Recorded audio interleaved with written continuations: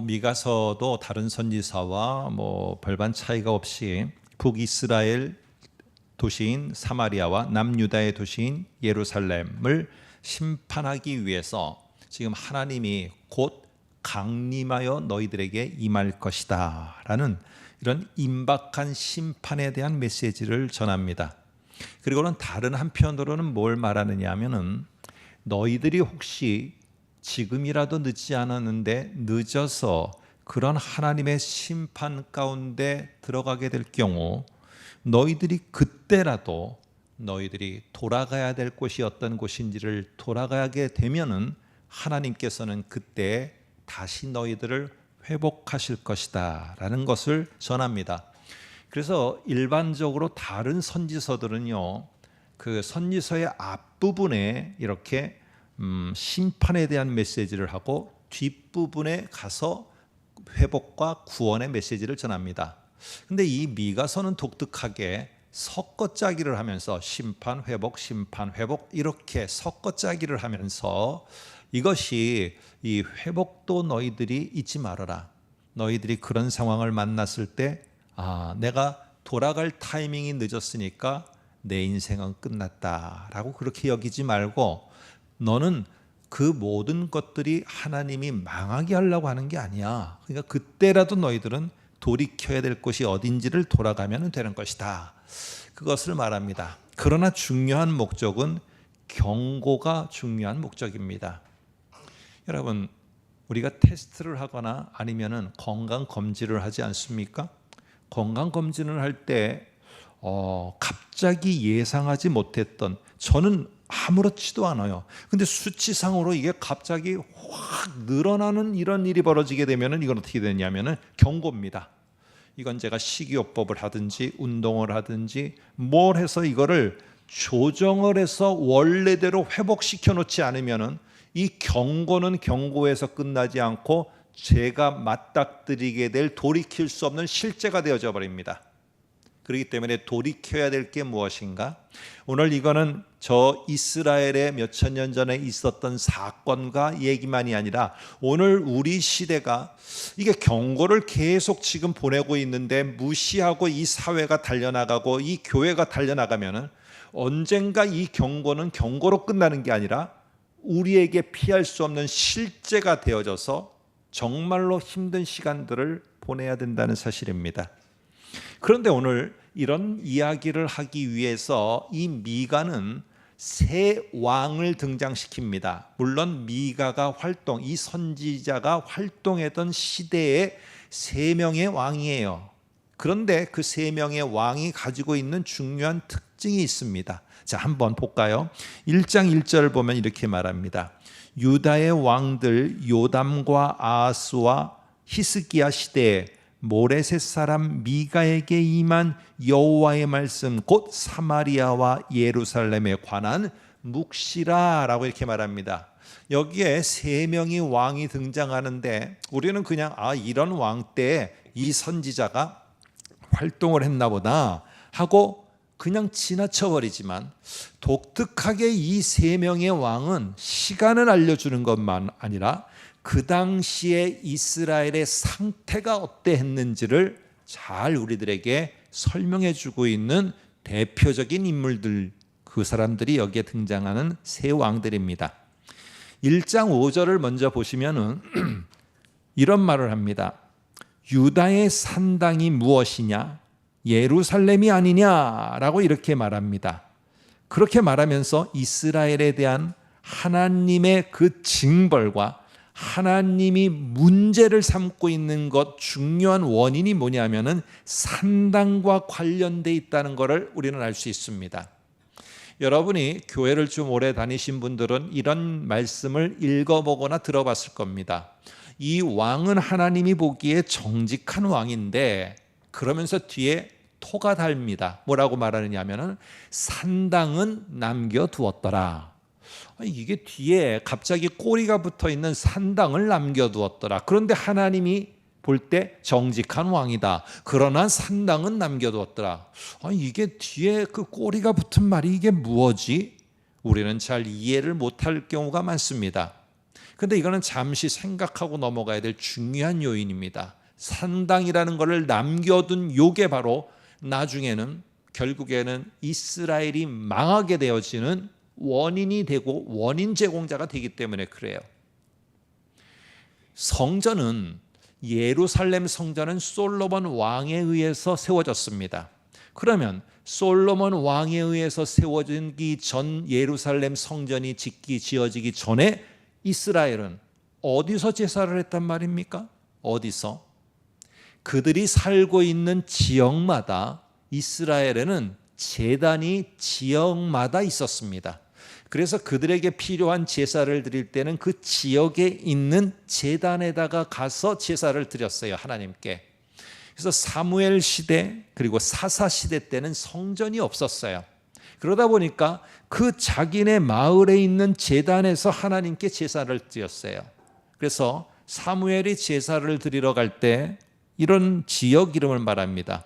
미스바, 라마, 베델, 길갈에 가서 내가 제사를 드리려 한다, 이런 말을 해요.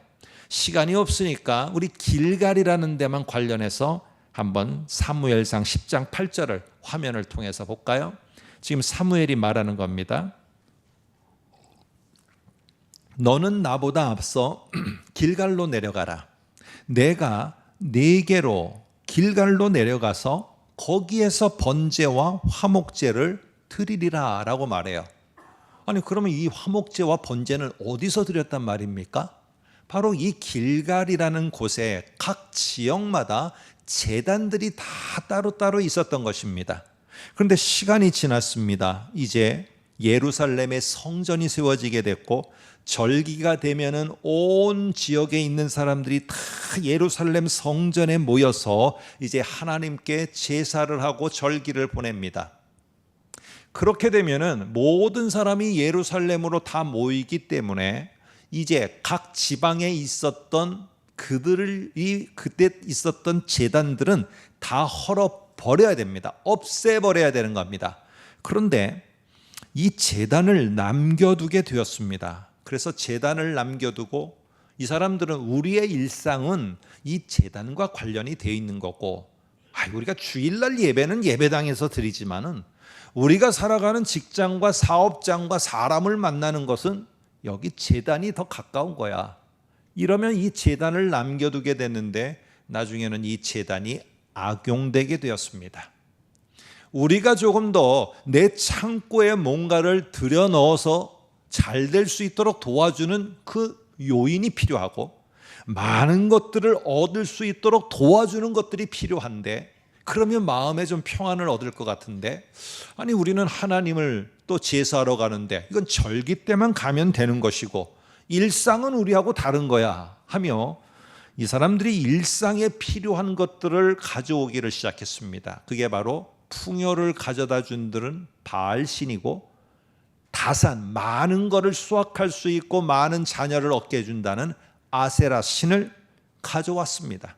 그리고는 하나님께 제사를 했던 그 제단에서 바알과 아세라에게 제사를 하는 행위를 일상 속에서 하고 있었습니다.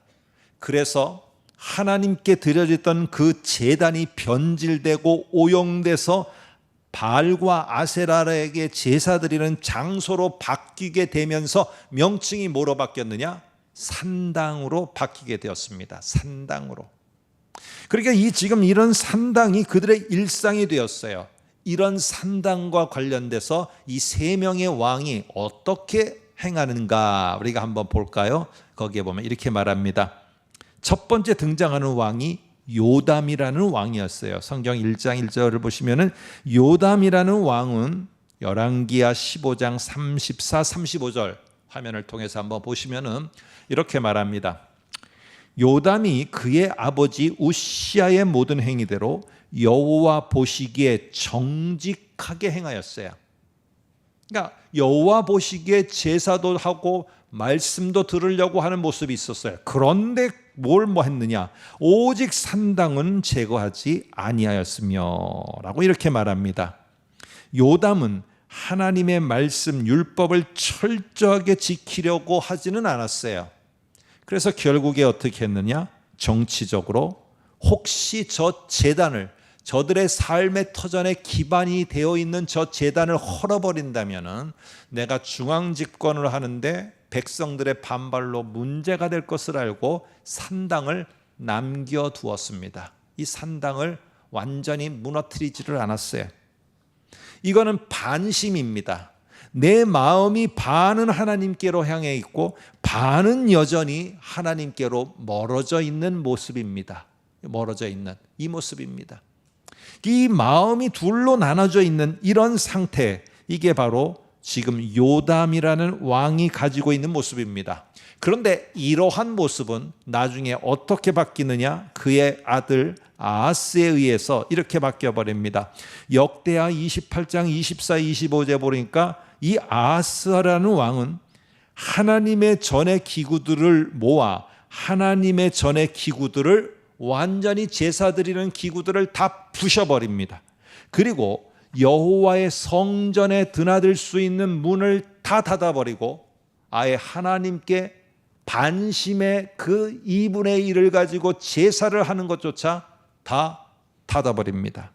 그리고 예루살렘 구석구석마다 제단을 쌓고 성읍에 다시 산당을 세워놓고 다른 신들을 거기서 분향해도 좋다라고 하며 중앙 집권을 더해서 백성들이 원하는 것을 자꾸 부추겨서 예루살렘 성전에서 하나님을 제사해야 될 그곳에 분향할 수 있는, 다른 제사를 할 수 있는 산당을 만들어 이방신을 섬기게 했습니다.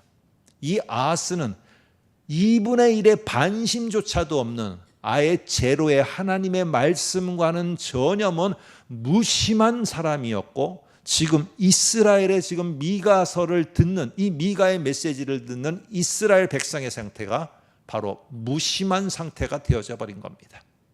무심한 상태가 반심에서 무심으로다가 완전히 넘어갔어요.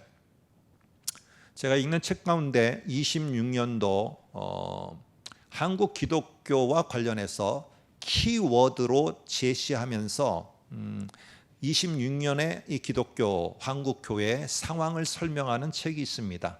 그 중에 키워드 가운데 하나가 무엇이냐면은 기독교인의 무속입니다. 무속. 이게 무슨 얘기냐?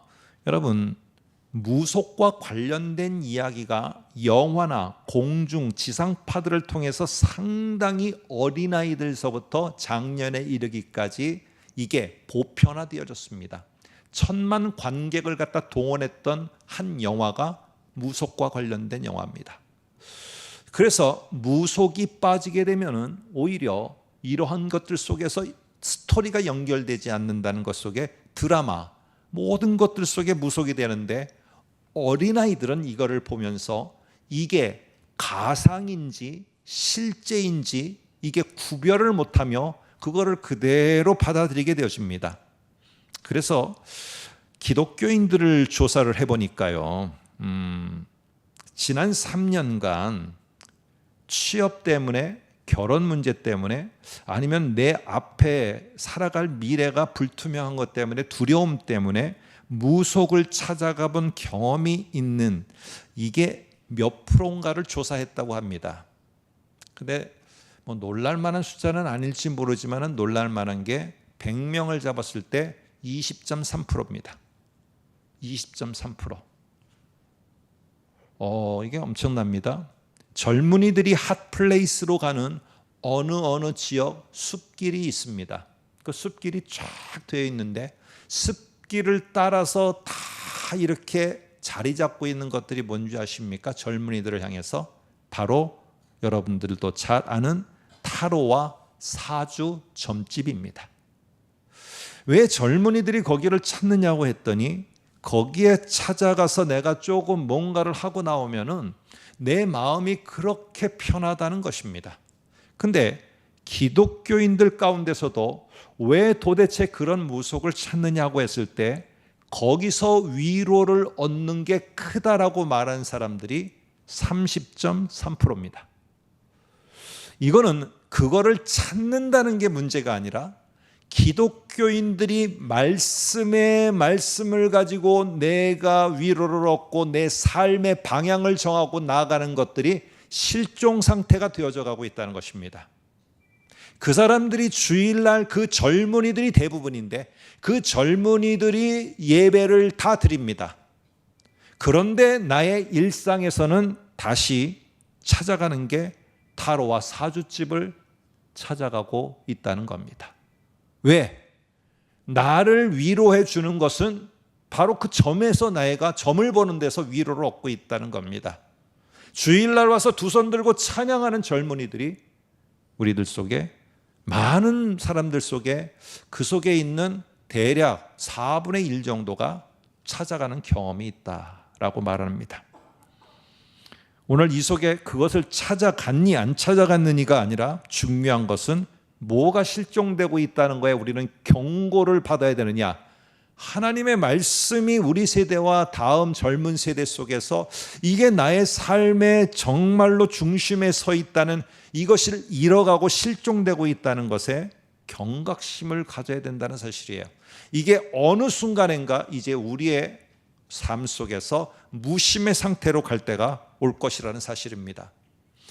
이 유다를 갖다가 이런 종교적으로 사회적으로 개혁한 대표적 왕을 뽑으라고 하면은 뒤에 나오는 히스기야 왕과 요시야 왕입니다. 요시야 왕 때 이 산당들을 갖다가 다 파괴해 버리게 됐습니다. 근데 그 파괴하는 동안에 성전에서 놀라운 일이 벌어졌는데 무엇이냐면은 성전에서 율법책이 발견된 겁니다. 여러분, 이 말은 무엇입니까? 아니, 성전에서 율법책이 당연히 발견되는 게 당연한 건데 발견됐다는 말을 한 걸로 봐서 성전 안에 어딘가에 이 율법책을 누군가 태워버리니까 이거 없어지면 안 되니까 어딘가에 숨겨뒀던 것입니다. 율법책이 실종되었던 거예요.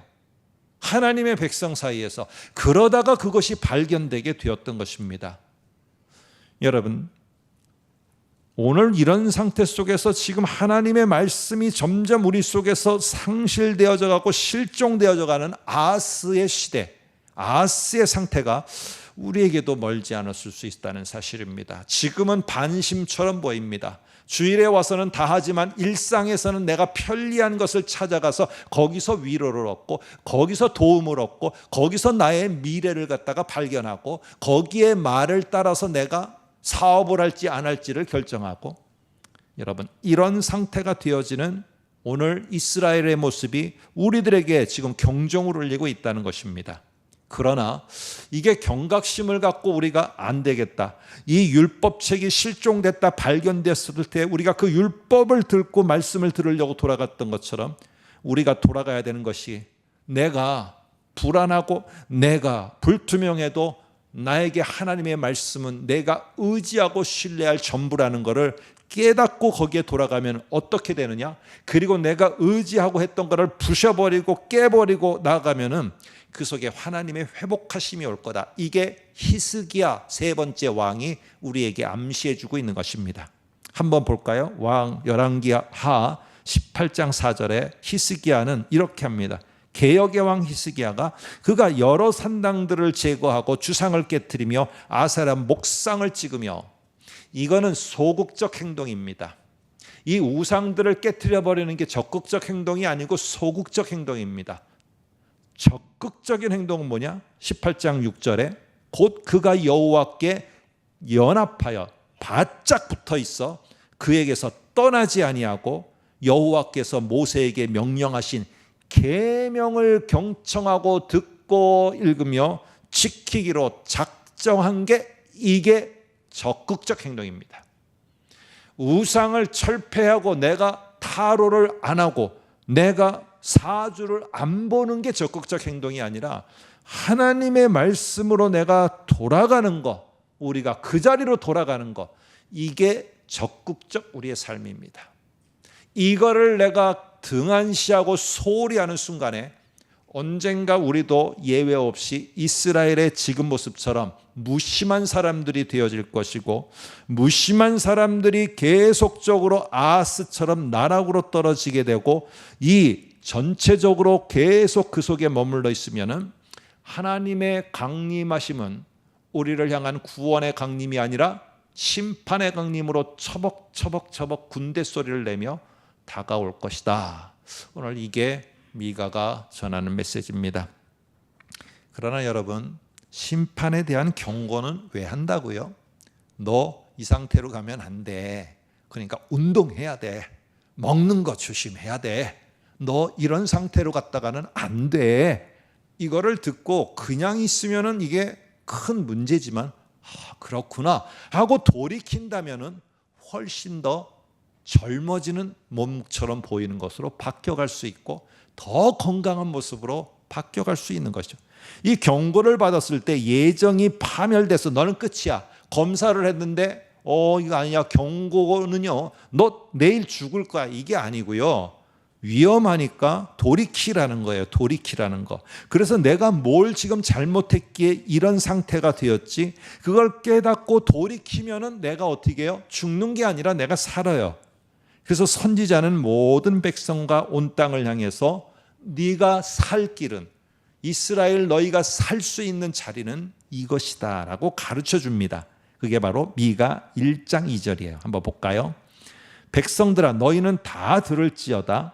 땅과 거기 있는 모든 것들아 자세히 들을지어다. 지금 살 길이 뭐라고요? 니네가 하나님의 말을 잘 경청해서 들어라. 그러면 너희는 이 경고와 너희들을 살리는 게 돼서 너희들이 살 수 있고 살아나게 되고 회복되는 것으로 너희는 바꿔져 갈 것이다. 너희는 들어야 된다. 왜? 주 여호와께서 너희에게 대하여 증언하시되 곧 주께서 성전에서 그리하실 것이기 때문에 오늘 여호와께서 하시는 말씀을 들으라고 하는 것입니다. 그래서 이 미가는요, 돌아갈 자리가 어디인가? 너희는 하나님의 말을 듣고 그 말을 가지고 너희가 위로를 얻고 그 말씀을 갖고 너희가 갈 바를 정하고 너희가 그 말씀에 따라서 움직여가는 삶을 사는 게 너희가 돌아갈 자리다. 그래서 미가는 이 메시지를 강조하기 위해서 중요한 터닝 포인트가 되는 3장 1절, 6장 1절의 첫 단어를 들으라라고 히브리어에서는 시작합니다. 근데 우리 성경에는 좀 다르게 되어 있지만 한번 볼까요? 미가 3장 1절, 내가 또 이르노니 야곱의 우두머리들과 이스라엘 족속의 통치자들아 들으라. 이 번역상 흐름을 좋게 하기 위해서 했지만 원래 3장 1절 이 터닝 포인트가 되는 새로운 단락으로 넘어가는 중요한 3장 1절의 시작이 들으라 라고 하면서 이것을 시작합니다. 6장 1장도 또 새로운 터닝 포인트인데 거기도 이렇게 말합니다. 너희는 여호와의 말씀을 들을지어다가 뒤에 있지만 원래는 들으라 앞에 되어 있습니다.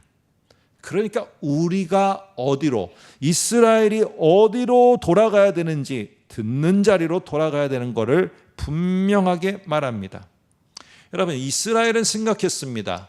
우리는 하나님을 믿고 신앙하는 게 절기 때 예루살렘 성전에 가서 제사를 하면 됐지. 그리고 일상에서는 제사하고 그거면 끝난 거고 일상에서는 우리와 가깝고 밀접하게 있는 바알과 아세라와 더불어 하면 되는 거지.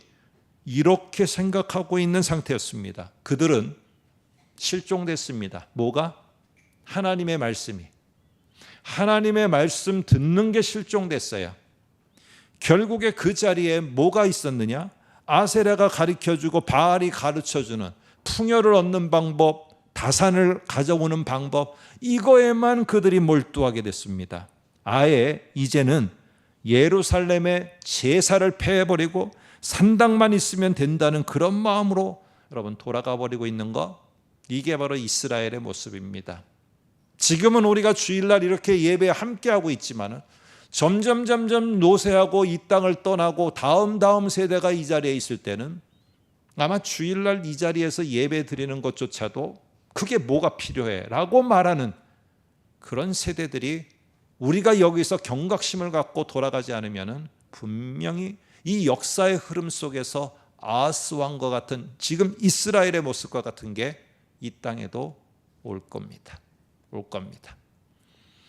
오늘 그러기 때문에 하나님의 눈에는 산당이 있느냐 없느냐, 산당에 바알과 아세라를 섬기느냐, 이것보다 하나님의 눈에 보여서 더 안타까운 거는 왜 도대체 내 백성이 나를 떠나 내 말을 듣지 않는 걸까? 왜 내 백성이 내 말을 들으려고를 도대체 하지 않는 그 내 백성이 됐단 말일까? 이게 하나님의 눈에는 더 안타까운 겁니다. 더 안타까운 것. 오늘 왜 말씀이 소홀히 여겨지고 내 존재를 인정하지 않는단 말인가? 우리가 아까 찬양한 것처럼 왜 내 백성이 나를 떠나고 나를 소홀히 하고 왜 내 말을 그렇게 경히 여기는 자가 되었단 말인가? 그래? 그러면 내가 너에게 얼마나 소중한 존재이고 너에게 나밖에 없다는 걸 알도록 내가 너에게 그렇게 돌아서도록 할게 하면서 저와 여러분들 속에 하나님이 저의 삶을, 여러분의 삶을 잠시 독수리 새끼의 둥지를 어미가 흔들듯이 저와 여러분의 둥지를 흔들 수도 있습니다. 그럼 내가 마음이 가난해져요. 아무것도 없고 움직일 힘조차도 없고 문 밖에 단 한 걸음도 나갈 수 없는 상태가 되어지면 내 마음이 가난해져요. 그러면 그때 내 머릿속에 떠오르는 것은 단 한 분밖에 없습니다. 여호와 하나님. 그러면 그분을 찾게 될 때는 그분이 나에게 뭐라고 말하는지 다시 주섬주섬 실종되었던 나의 성경책을 어딘가에서 찾아서 한 장 한 장 넘기게 되어집니다. 여러분, 그러기 전에 내 둥지가 흔들리기 전에 하나님의 말씀을 한 장 한 장 넘기며 내 마음이 가난해지고 그 말씀 앞에 겸손히 서게 되므로 내가 왜 경고를 들었는데 왜 내가 그렇게 어려움 속에 빠져듭니까?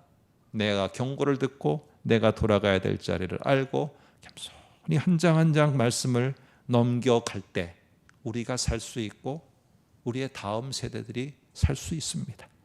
1장 5절을 볼까요? 이렇게 말합니다. 야곱의 허물이 무엇이냐? 여기에 야곱이라는 말은 선지자들이 북이스라엘을 주로 이렇게 호칭하는 다른 표현입니다. 야곱의 북이스라엘의 허물이 무엇이냐? 사마리아 사람들이 그 증거 아니냐? 유다의 산당이 무엇이냐? 예루살렘 사람들이 그 증거 아니냐? 이렇게 답변을 합니다. 여기에 야곱의 허물이라는 말은 허물이라고 되어 있지만은 원문은 반역입니다. 반역, 깨트림입니다. 하나님과 이스라엘 사이에 이 관계가 맺어졌어요. 그러니까 어떤 것이든지 신랑과 신부 관계가 맺어지고 왕과 신하 관계가 맺어지겠죠. 하나님과 이스라엘 사이에도 관계가 맺어졌는데 이 관계가 유지되려면은 유지시키는 뭔가가 있어요. 그 유지시키는 게 뭐냐면은 중간에 말씀이에요. 말씀. 하나님은 말씀을 계속 당신의 백성에게 하세요. 끊임없이 말씀을 하세요. 근데 하나님의 백성은 그 말씀을 끊임없이 들을 때 이 하나님과 하나님의 백성의 관계는 유지가 돼요.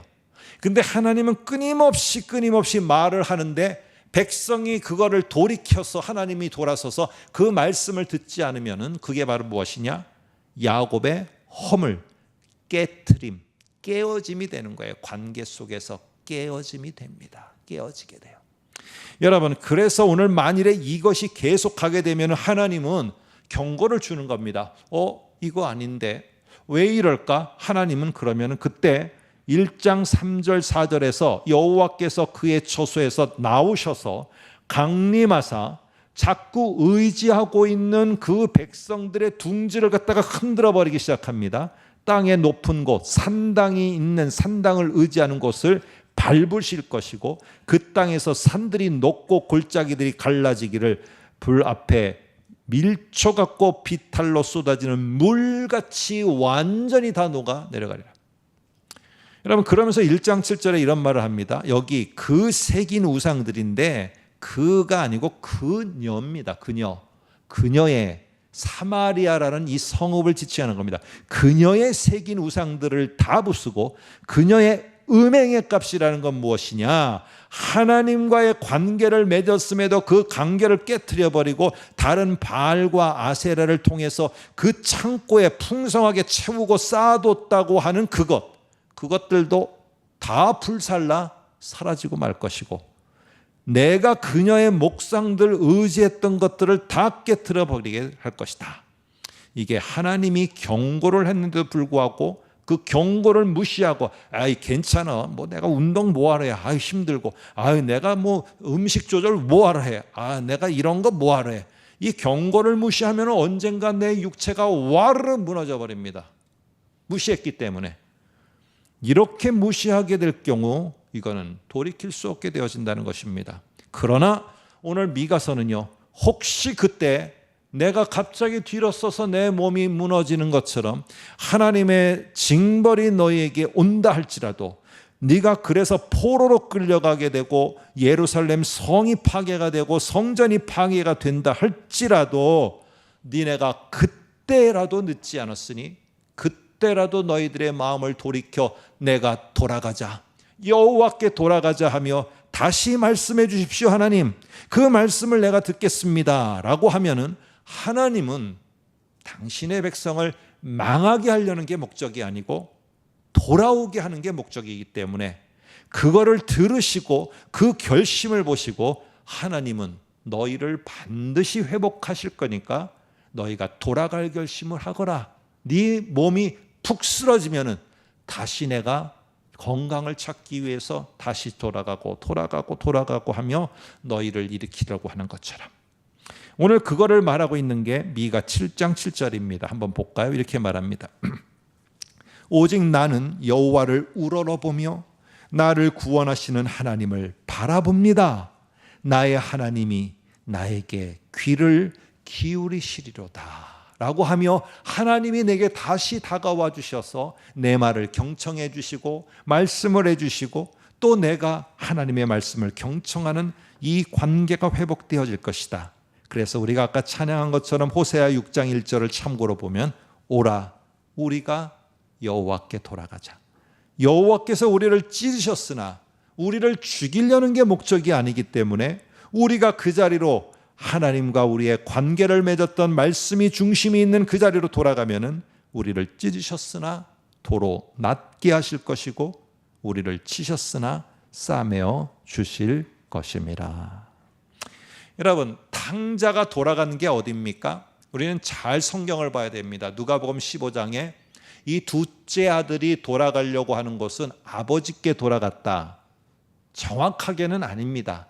아버지의 종의 자리로 돌아가려고 했습니다. 내가 어찌 아들이라고 다시 아들의 자리를 요구할 수 있으리요? 나를 아버지의 품꾼의 하나로 써주십시오. 품꾼의 자리로 돌아간 것입니다. 원한 것입니다. 그런데 아버지는 어떻게 했습니까? 네가 왜 품꾼이고 종이냐? 너는 나의 아들이다. 아버지가 원하는 돌아오는 자리는 아버지의 아들의 자리예요. 하나님이 돌아오기를 원하는 것은 외형적인 게 아니라 그 말씀이 가운데 있어서 하나님과 이스라엘, 하나님과 우리의 관계가 맺어진 이 관계가 되어지는 것이지 내가 너를 아들인데 왜가 너는 종의 자리로 있으려고 하느냐? 너는 나와 너는 하나님과 하나님의 백성인데 그 가운데 말씀이 있는 이 자리로 가야지 막연하게 하나님께 돌아가자. 하나님께 돌아가는 그 자리가 구체적으로 어딘가? 말씀이 그 가운데 있는 그 자리입니다. 말씀이 있는. 여러분 실종된 하나님의 말씀을 다시 찾으시기 바랍니다. 이 징벌은 파멸이 아닌 우리를 회복하기 위한 하나님의 간절한 마지막 호소예요. 제발 좀 돌아와라 하면서 마지막 호소를 이 연말에 우리에게 하고 있습니다. 오직 우리는 말씀하는 그 하나님 앞에서 그 말씀을 듣는 자리로 돌아가야 되는 겁니다. 막연한 하나님께로가 아니라 말씀을 듣는 그의 백성의 자리로 돌아가야 됩니다. 한 해가 이제 얼마 남지 않았습니다. 이 남은 시간에 우리 모두가 하나님의 백성의 말씀을 듣는 그 자리로 돌아갈 결심을 하십시오. 그리고 말씀 앞에서 다시 한번 겸손히 경청하며 회복할 수 있는 시간들을 가지시기 바랍니다. 오늘 우리에게 주는 이 연말에 주님의 경고의 경종의 메시지를 갖고 우리가 말씀이 있는 그 자리로 돌아가는 결심을 하는 저와 여러분 되시기를 주의 이름으로 축복합니다.